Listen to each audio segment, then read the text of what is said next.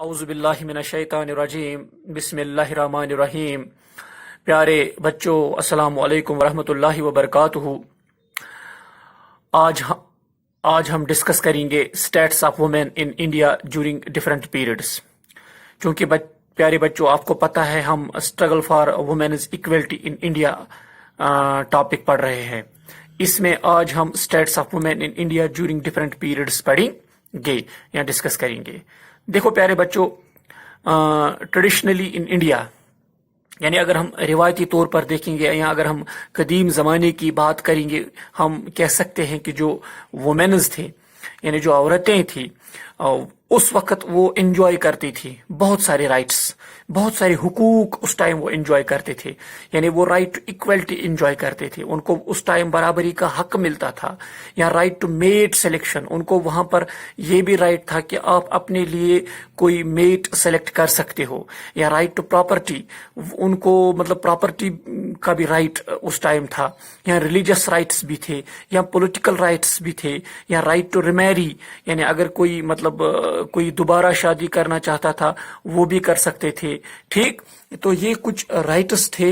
اگر ہم traditional India کی بات کریں گے تو اس وقت کی جو عورتیں تھے وہ دس ٹائپ آف رائٹس یا these types of rights enjoy کرتے تھے۔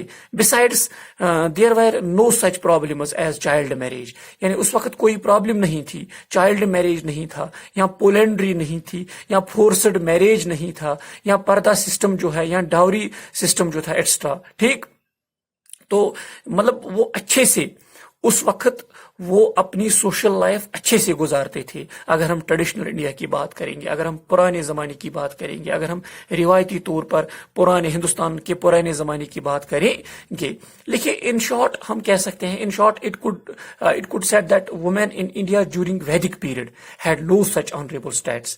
یعنی جب مطلب ہم یہ کہتے ہیں کہ women in India، ہندوستان میں جو عورتیں ہیں ڈیورنگ دا ویدک پیریڈ میں ان کو یہ سٹیٹس نہیں ملا، ان کو یہ سٹیٹس نہیں ملا ویدک پیریڈ میں ان کو یہ آنریبل سٹیٹس جس کو ہم کہتے ہیں، یعنی جس کو ہم معزز سٹیٹس کہتے ہیں، یا جس کو ہم باعزت سٹیٹس بولتے ہیں، یہ پھر ان کو ویدک پیریڈ میں نہیں ملا۔ یعنی یہ رائٹس جو تھے یہ اس وقت پھر وہ انجوائے نہیں کر پائے۔ ٹھیک، دیکھیں اس میں جو پہلا ہے وہ status of woman during Brahmanic period, یعنی ہم اس میں یہ پڑھیں گے جو برہمنک پیریڈ ہے اس میں جو اسٹیٹس آف وومن تھا وہ کیا تھا۔ ٹھیک، دیکھیں in this period womens were considered second class citizens.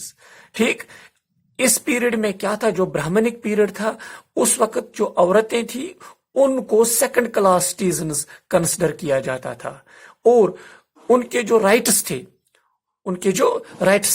That wire denied, یعنی ان کو مطلب اس ٹائم ان کے جو رائٹس تھے ان پر پابندی تھی، ان کو برابری کا حقوق نہیں دیا جاتا تھا، یعنی اس وقت وہ اچھے سے اپنے رائٹس انجوائے نہیں کر پاتے تھے، ان کو پیچھے رکھا گیا تھا ان رائٹس کے حوالے سے۔ ٹھیک، اسی لیے ہم کہتے ہیں کہ اس وقت جو مطلب عورتیں تھیں ان کو سیکنڈ کلاس سٹیزن کہا جاتا تھا۔ ٹھیک، ڈیورنگ دا برہمنک پیریڈ۔ ٹھیک، دیکھیے due to the various restrictions, کیونکہ اس وقت بہت ساری ریسٹرکشنز امپوز کی گئی تھی عورتوں پر اس ٹائم بہت ساری ریسٹرکشنز امپوز کی گئی تھی آن دا فریڈم آف وومین، یعنی ان کی آزادی پر۔ سم پرابلمز اسٹارٹڈ کریپنگ، کچھ پرابلمز جو ہیں وہ ان کے لیے بہت پرابلم کریٹ، مطلب ان کی کچھ پرابلمز جو ہیں، مطلب ہم ایسا کہہ سکتے ہیں، ہم in the social field like child marriage came to be practised, یعنی اس وقت چائلڈ میرج کا زمانہ تھا۔ ٹھیک، برہمنک پیریڈ میں کچھ عورتیں ایسی تھی بچپن میں ہی ان کی شادی ہوتی تھی، یعنی وڈو جس کو ہم کہتے ہیں وڈو ریمیریج، اس پہ بھی پابندی تھی، واز پروہیبٹڈ، یعنی اگر کوئی عورت مطلب ودوا ہو جاتی تھی پھر وہ دوبارہ شادی کرنا چاہتی تھی اس کو یہ اجازت نہیں تھی، اس پہ بھی پابندی تھی، یعنی education was totally denied to women, مطلب عورتوں کو تعلیم نہیں دی جاتی تھی۔ اگر ہم برہمنک پیریڈ کی بات کریں گے اور اس میں اس وقت ایک سسٹم چل رہا تھا یہاں پر ستی سسٹم، یعنی ایک عورت جو ہوتی تھی اس کا جو شوہر ہوتا تھا جب وہ مر جاتا تھا تب اس عورت کو اس کے ساتھ زندہ جلنا پڑتا تھا اس کی چتا میں۔ ٹھیک، یہ اس وقت پریویلنٹ تھا، یہ اس وقت پریویلنٹ تھا، یہ اس وقت ان کے اوپر غالب کیا گیا تھا، ان کے اوپر فورس کیا گیا تھا کہ آپ کو یہ سسٹم ماننا پڑے گا. ٹھیک، تو ہم ایسا کہہ سکتے ہیں کہ جو status of women during Brahmanic period تھا وہ اچھا نہیں تھا، یعنی عورتوں کو اس ٹائم بہت ساری پرابلمز کو فیس کرنا پڑتا تھا. ٹھیک، دیکھیے اسی طرح سے اگر ہم دیکھیں گے status of women during medieval period, اگر ہم میڈیول پیریڈ کی بات کریں گے تو اس وقت میں جو عورتیں تھیں ان کو کون سے اسٹیٹس ملتے تھے. دیکھیے ان دس پیریڈ، اس پیریڈ میں جو وومین جو ہے وہ بہت ساری پرابلمز کو فیس کرتے تھے، یعنی ان کو بہت ساری مشکلاتوں کا سامنا کرنا پڑتا تھا.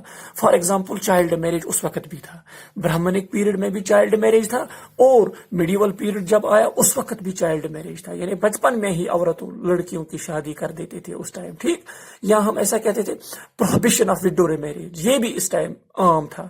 جس طرح سے میں نے آپ کو کہا برہمنک پیریڈ میں جو وڈو ریمیریج تھی دیٹ واز پروہیبٹڈ، اسی طرح سے میڈیول پیریڈ میں بھی یہ وڈو ریمیریج جو تھا یہ پروہیبٹڈ تھا، یعنی اس پر بھی پابندی تھی، اس پر بھی اس حساب سے بھی ان کو ڈینائی کیا گیا تھا، پیچھے رکھا گیا تھا، یعنی ان کو دوبارہ شادی کرنے کی اجازت نہیں دی گئی تھی.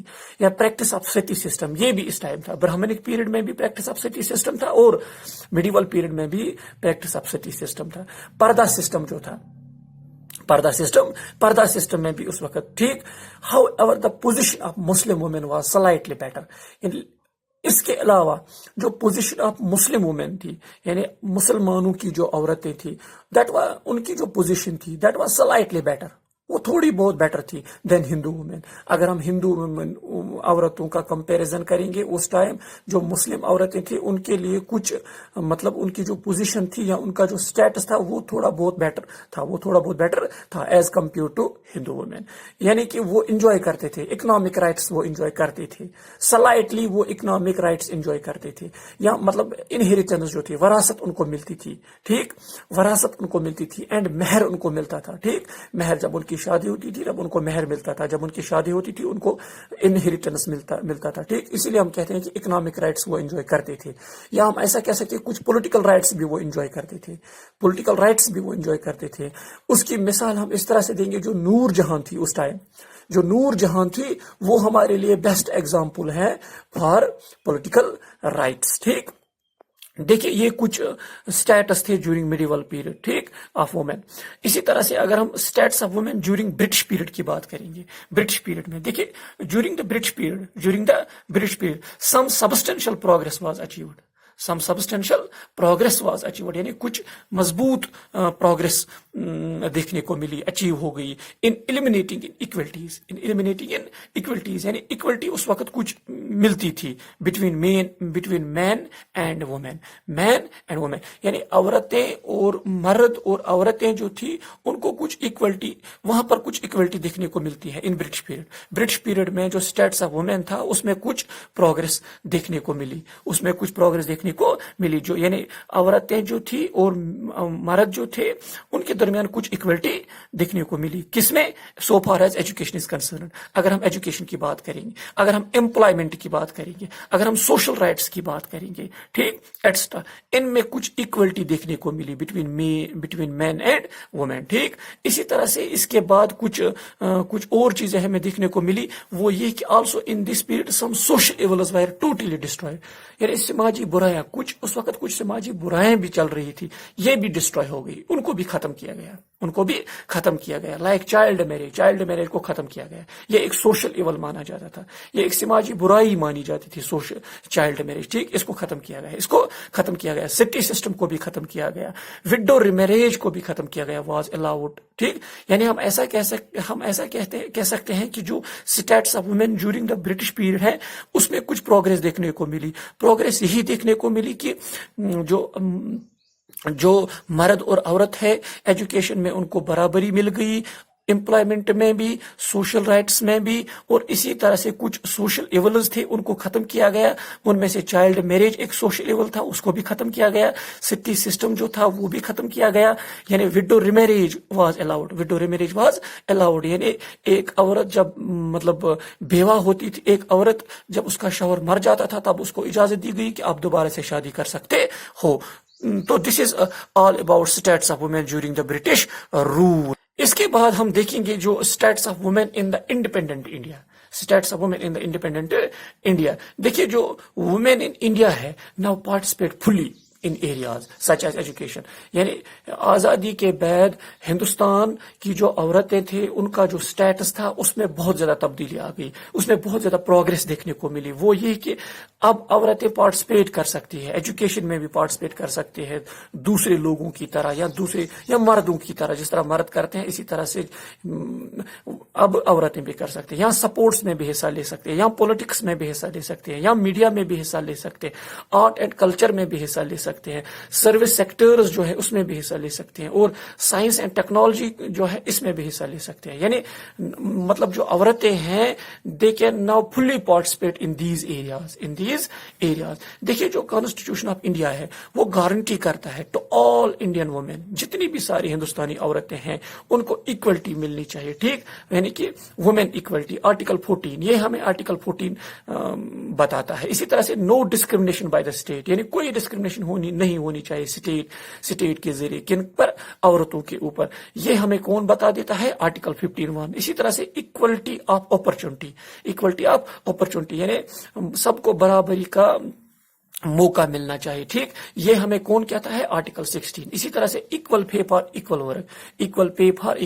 ورک یہ آرٹیکل 39D ہمیں کہتا ہے, اینڈ آرٹیکل 42 ہمیں کہتا ہے. ٹھیک, in addition it allows special provision, اس کے علاوہ کچھ اسپیشل پروویژنز بھی دیے گئے جو اسٹیٹ نے تیار کیے, کن کے لیے, عورتوں کے لیے اور ان کے بچوں کے لیے. یہ ہمیں کون بتا دیتا ہے, آرٹیکل 15(3). اسی طرح سے